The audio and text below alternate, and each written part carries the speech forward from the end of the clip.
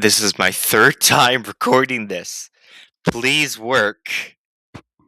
Hi, ladies and gentlemen. How are you doing today? My name is JT, and welcome back to me talk about Toy Story 5. I just saw it yesterday, and this is my third time recording this. I've had technical issues both times.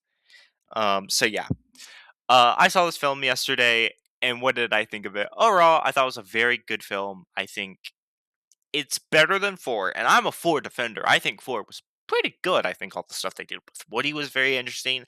I think the stuff they did with Woody and Bo, that was great, and Ducky and Bunny will always make me laugh, as well as Forky and Gabby Gabby. I'm a defender of. But 4 has its issues. I think I agree with people who say Buzz was made stupid. He was. And the gang did nothing. And I'm sad to say the gang also did nothing in this film. Yeah, they were also sidelined, which kind of sucks, but also this newer trilogy of Toy Stories I feel is more about certain characters. Like Toy Story 4 is about Woody, Toy Story 5 is about Jesse, and Toy Story 6 being about Buzz? I don't know how you would do that because Buzz's arc is done.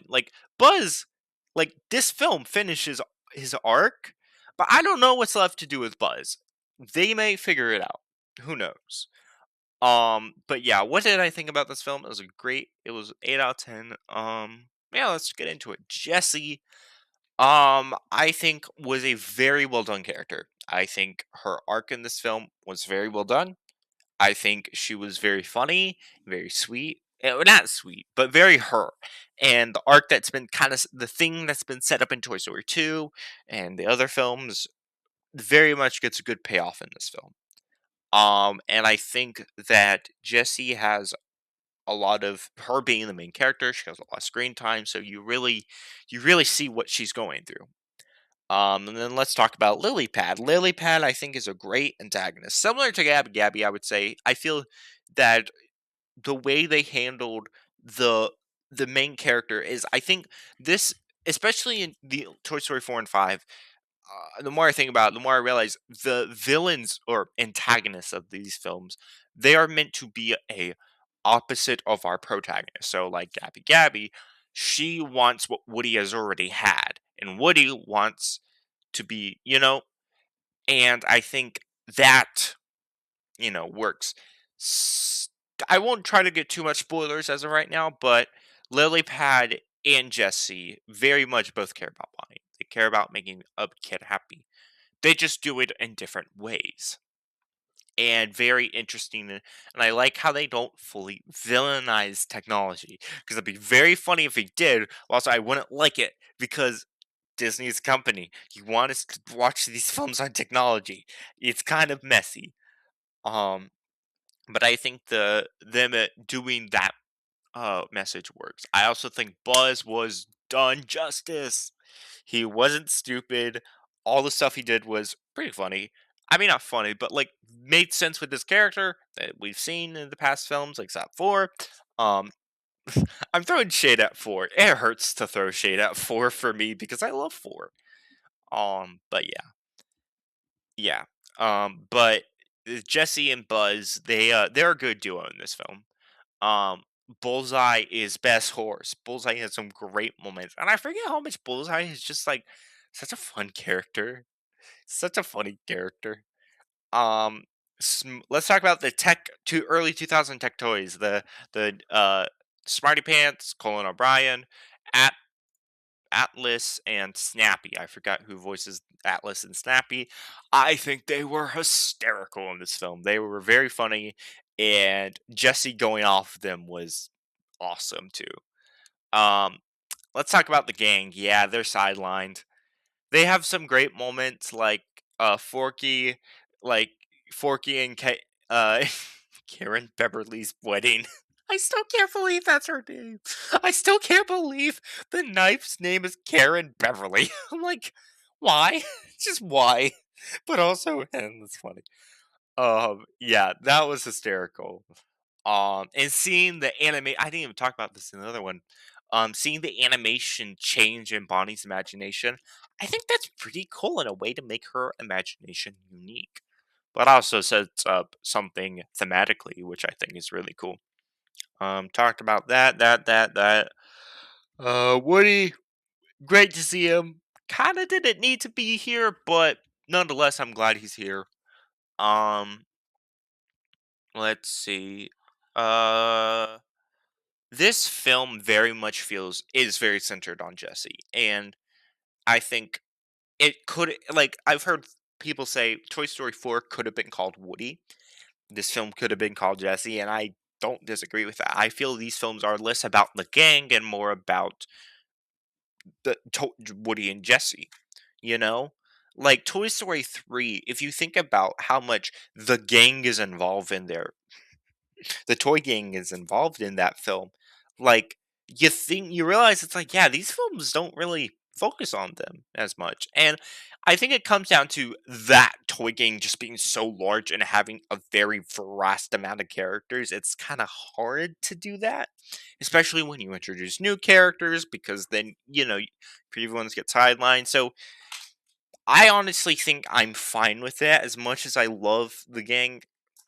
It's hard to see them not be in these films. But also think about this: most of their voice actors out for the side gang kind of have died. Both Potato Head and Mrs. Potato Head, Slinky, even though he's replaced the original one, and they're just old, man. Tim Allen had said he had to get vocal exercises to do the Buzz voice, because of his age.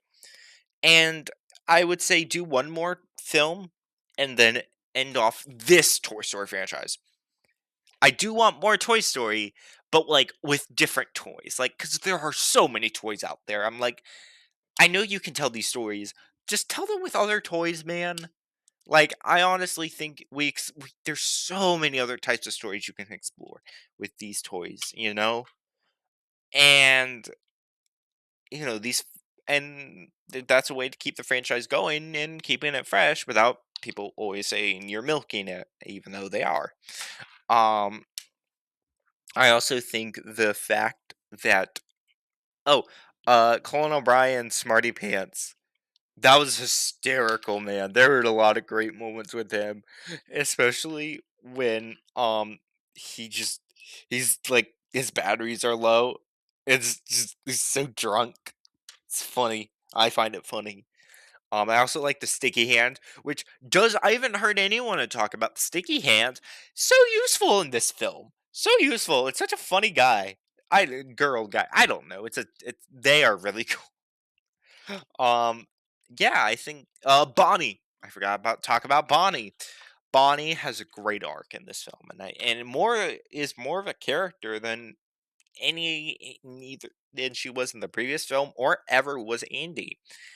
And I like that, and I like how that made this film stand out, that Bonnie was an actual character, and as I know a lot of people love Andy, I've grown up with Andy, but I'm gonna be real, I never really connected with Andy. Like, maybe that's just because I'm not old enough and I haven't gone off to college, but I never really connected with him because you don't see him much in those films? Yes, you see him most in 3, but